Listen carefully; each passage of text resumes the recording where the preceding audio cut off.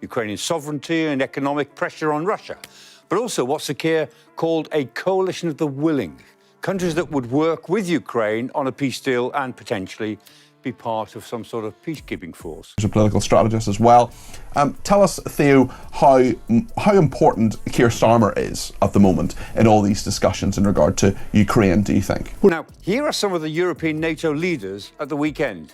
It's all happy families, but how many of this group are actually willing?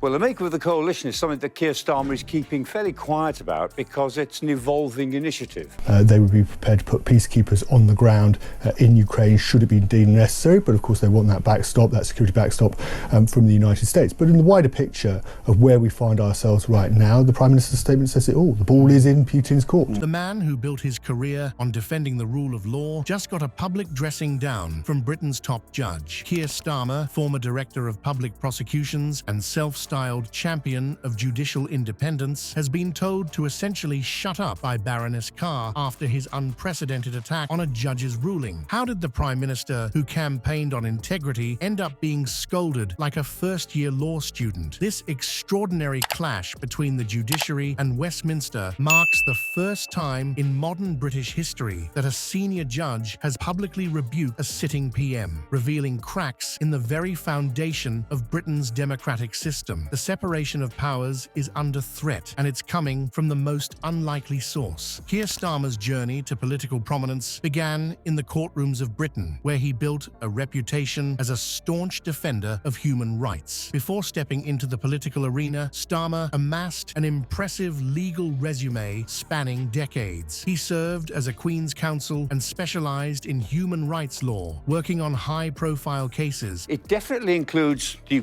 United Kingdom and France because it's their idea, and it likely also includes Italy and Canada and maybe the Netherlands and perhaps the small Baltic states. But beyond that, it's pretty uncertain. Spain has ruled out participation. Come to the table and negotiate with primarily Donald Trump and Volodymyr Zelensky, the president of Ukraine. So yes, Keir Starmer is trying to cement his position amongst European leaders. Germany cannot agree to such a commitment when it's in between chancellors.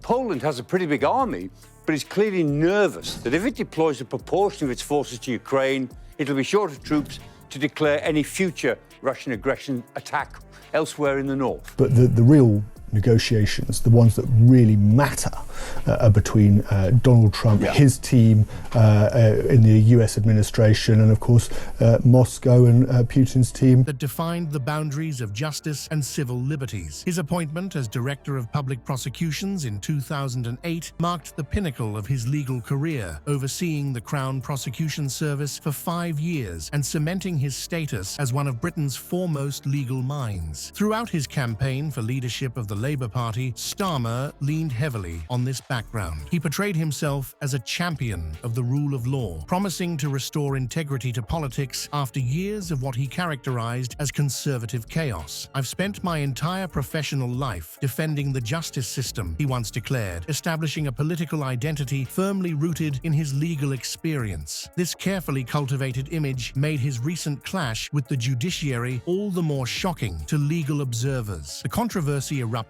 over a case involving a Palestinian family facing deportation. The facts were straightforward. The family had arrived in the UK seeking asylum and faced potential removal to Rwanda under the government's migration policies. The High Court ruled that the family could not be deported because Rwanda wasn't deemed a safe country for Palestinians specifically. The judge based this decision on established human rights law and the UK's international obligations. When addressing Parliament about the case, Starmer painted a dramatically different picture. Rather than acknowledging the legal reasoning, he characterized the ruling as a loophole that cannot be allowed to stand. His comments sent shockwaves through legal circles. This wasn't merely a disagreement with a court decision. It represented a prime minister publicly challenging the legitimacy of a judicial ruling and suggesting executive action to override it. Constitutional experts immediately identified the dangerous precedent this established. Professor Mark Elliott of Cambridge University Committee noted that the Prime Minister's comments represent a concerning blurring of the separation of powers. This principle that the executive, legislature, and judiciary must operate independently has been a cornerstone of British democracy for centuries. Starmer, who built his career on defending such principles, was now undermining them for political expediency. What makes this situation particularly troubling is how it contradicts Starmer's own previous positions. So the UK will be a key participant.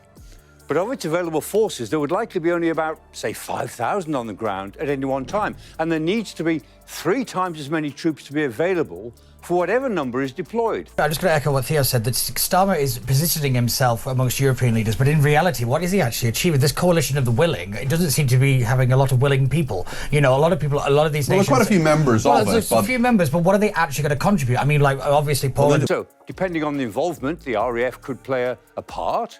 Britain's Typhoons and F-35 fighter jets will be a real asset.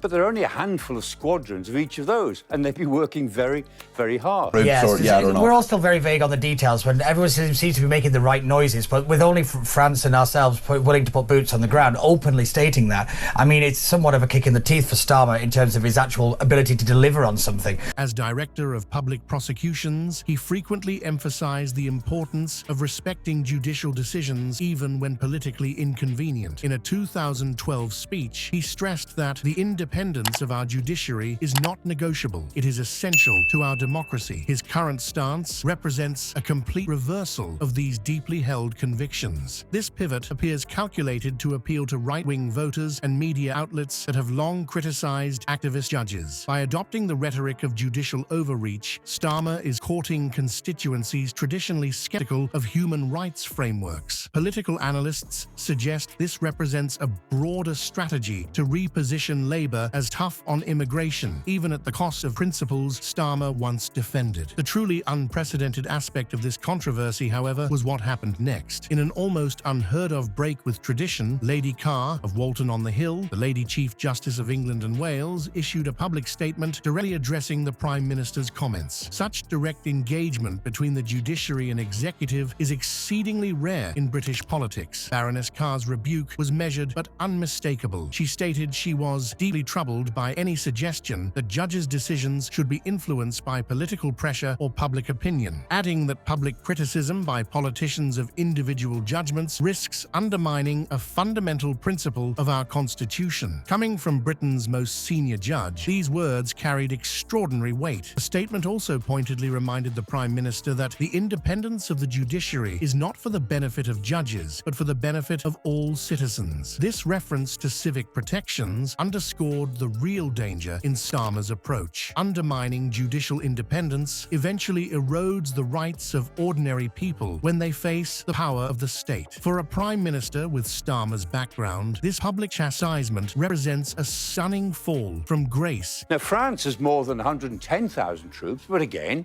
nowhere near that number would be deployed, and they still need 3 times as many as however many they have on the ground. Looking like he's important, but let's be real, Donald Trump will just ignore him if necessary. He's somewhat of an irrelevancy to the grander scheme and the grander negotiations that are happening. France also has Rafale and Mirage jets. They're very good, but not enough squadrons to do a major, enduring enforcement operation. And the rest of NATO pales in comparison to US military capability. And how they have become the country to which these negotiations are happening. I think that's a really important aspect that a lot of people haven't really talked about. But in legal circles, the man who once prosecuted cases before judges was now being reprimanded by them. Legal commentators have noted the irony. Starmer spent years building a reputation as a defender of the justice system, only to be identified as one of its chief antagonists within months of taking office. This conflict between Britain's judiciary and executive has few parallels in modern history. Not since the constitutional crises of the 1930s has a Prime Minister so directly challenged judicial authority. The confrontation raises profound questions about Starmer's commitment to the principles he espoused throughout his legal career. Has power fundamentally changed his approach to governance, or was his reverence for legal institutions always secondary to political ambition? What we're witnessing transcends transcends political squabbles. It's a fundamental fracturing of constitutional boundaries. When a Prime Minister with Starmer's legal pedigree attacks judicial independence to score political points, we must question what remains sacred. The grave warning embedded in Baroness Carr's response can't be overstated. If the highest judge in Britain can be publicly attacked for simply performing her constitutional duty, then no one is safe from the erosion of the rule of law. The judiciary stands as our last defense against governmental overreach. The question haunting Westminster corridors tonight: if Starmer sacrifices judicial independence on the altar of political expediency, what principles will fall next?